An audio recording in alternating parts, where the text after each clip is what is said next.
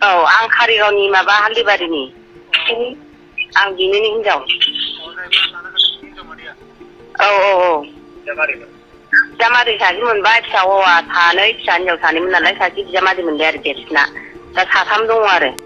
खुलुमबाय लोगोफोर, नोंथांमोनखौ आं सोंलाव बयखौ बावबाय। दिनै जों ओरैबायदि बाथ्रा रायलायगोन लोगोफोर, ओरैबायदि मा होनबावनो लोगोफोर, साबा गथ' गोनां हिनजावा खारलांबाय आरो लोगोसे बिजामादै गोनां सासे बोरायाबो खारलांबाय। अके लोगोफोर, नैबे जाबाय आरति बसुमतारी। बेना गथ' साबा दंखायोमोन, हिनजावसा गथ' साबा दंखायोमोन, ओमफ्राय बे खारलांबाय। बे जाहैबाय क'क्राझार डिस्ट्रिक्टनि सिङाव थानाय बिसमुरि एरियानि सिङाव थानाय खाथ्रिबारि। बे आरति बसुमतारीया खारलांबाय गावनि साबा गथ'खौ गारनानै। आरो जायबा लाना खारग्रा अजय बसुमतारी, बे जाबाय क'क्राझार डिस्ट्रिक्टनि कारिगाव एरियानि, बिसोरनि गामिया जाहैबाय हाल्दिबारि। आरो लोगोसे बे अजय बसुमतारीनि बैसोआ जाहैबाय 25 बोसोर जाहैबाय बे अजय बसुमतारीया। आरो लोगोसे बे आरति बसुमतारीया 35 बोसोर लोगोफोर। आरति बसुमतारीनिया साबा गथ' हिनजाव दंमोन। आरति बसुमतारीनि फिसाजोफोरनि मुङानो जाहैबाय सबिता बसुमतारी, बिउटि बसुमतारी, प्रिया बसुमतारी, सपना बसुमतारी आरो मन्दिरा बसुमतारी। बिसोर साबायानो जाबाय आरति बसुमतारीनि फिसाजो। बे अजय बसुमतारीया बाहेरायाव खामानि मावनो थाङोमोन, आसामनि बाहेरायाव माने बिदेशआव माने खामानि मावहैबाय थाखायोमोन आरोना। जायबा आरति बसुमतारी, बेनि हौवायाबो बेंगालराव खामानि मावबाय दंमोन। थिग बेबायदिनो मा जाखो लोगोफोर, बे अजय बसुमतारीजों आरतिजों खारलांबाय, माने दोनखारलांबाय। बे आरति बसुमतारीया साबा हिनजावसानि बिमा। बे साबा हिनजावसाखौ गारनानै बियो गुबुन बोराइजों थांबावबाय, गुबुन हौवा, माने बोरायानो होनजायो। 55 बोसोर जाबाय बे बोरायाबो, अजय बसुमतारीयाबो। आरो लोगोसे बे आरतियाबो 35 इयार्स जाबाय, माने 35 बोसोर जाबाय, 35 बोसोर जाबाय। ओमफ्राय दा बिसोर अजय आरो आरतिजों दोनखारलांदों। बबेयाव दोनखारलांदों बेखौ जेबो खौरां मोनाखै दासिमबो। दा अजय बसुमतारीनि हिनजाव, जायबा असे हिनजावमोन सिगांनि, जोबोद दुखुआव दंगासिनो दा बिसोरो। मानसिखौ नांगौ आरोना, जेरैबाबो जेरैखि जायाबाबो मानसिखौ नांगौ। नोंथांमोना हायोबा प्लिज हमनानै दोन आरो बिथांमोननि नाम्बाराव फन खालामनानै फोरमायहर। बिथांमोननि न'खराव जोबोर जेंना लोगोफोर।